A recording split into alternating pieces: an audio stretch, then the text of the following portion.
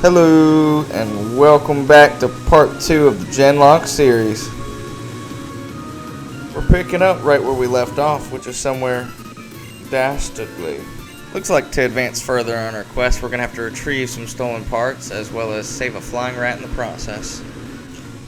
The upcoming level cap is 16, so I'm going to have to try and play around it a little bit by spreading some of the XP points amongst the squad.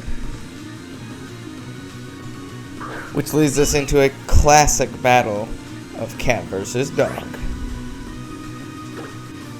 The strat we're going to go with here is to put Poochyena to sleep and then just start stacking on the debuffs. Bump that back a turn because we somehow missed with our noise-based move. Well, unlucky. But you know what they say. If it's broke, why fix it, right? Okay, maybe Frisky is broken. 3 times in a row is unacceptable. And with all those unchecked howls, I am not swapping in somebody else to take that hit. Frisky has to hit this sing attack. Whew.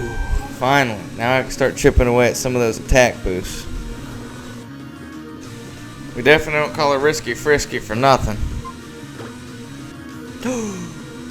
How? How does that even happen? No! Ugh. No deathless running hoeing for me. I don't know how in the world that thing woke up so quick. That sleeping dog lied to me. Not that it really would have made a difference anyways, but I never considered that Poochyena might have guts and would outspeed Frisky when it was put to sleep.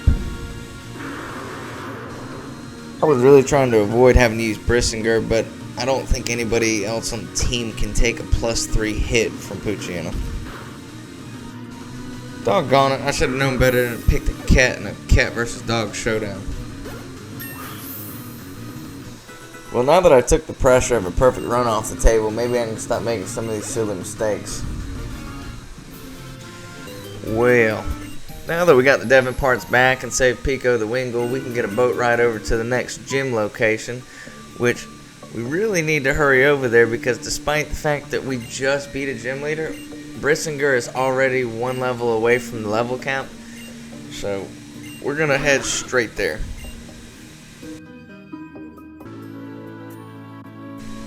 So without taking time to smell the roses, we head to Dewford, and as soon as we get there, we go to the Poke Center to swap the team up a little bit.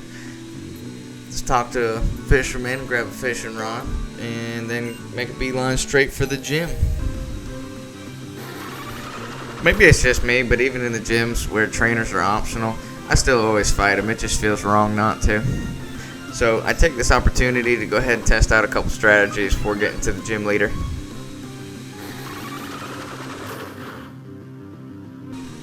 Which includes the debut of Taya, one of the earlier encounters on Route 104. Something we didn't have against Roxanne's gym that we're going to have against Brawly's gym is type advantage in our party. We've got Ness and we've got Taya, but Ness is a little too squishy, so I don't trust him against some of these hard-hitting Mons, especially Machomp. So I'm really banking on Taya being able to carry the majority of the workload, but I'll throw in some of the other squad members as needed. I gotta do my best not to have any more Frisky moments. But these Machops are sneaky with their really high attack against some of these early stage evolutions. And getting off that low sweep with some speed drop, that could definitely lead to some mistakes if I'm not paying attention. Thankfully, he decides not to capitalize in this situation and gives me a chance to get off a super effective attack, which is super weak. Wow, that move is pathetic. I thought that was going to do way more. I'll be getting rid of that very shortly. I know it has low base power, but still, Brissinger's a bird with a beak. You should get stabbed from it or something.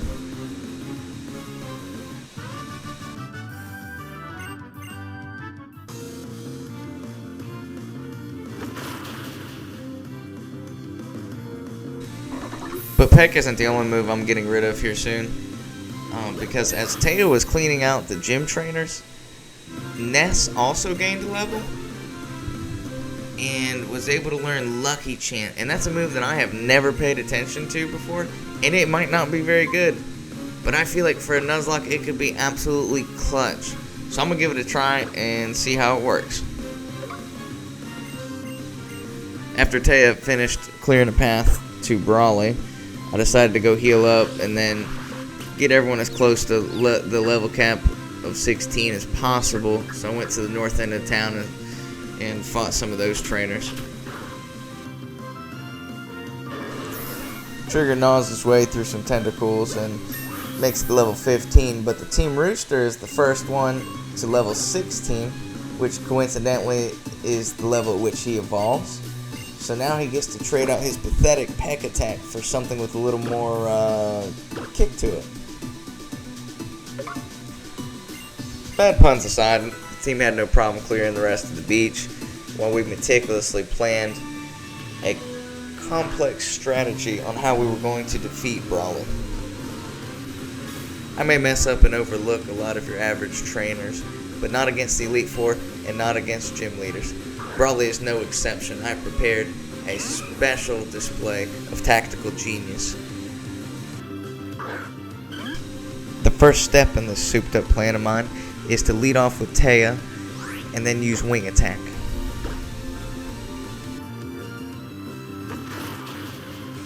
And then another one.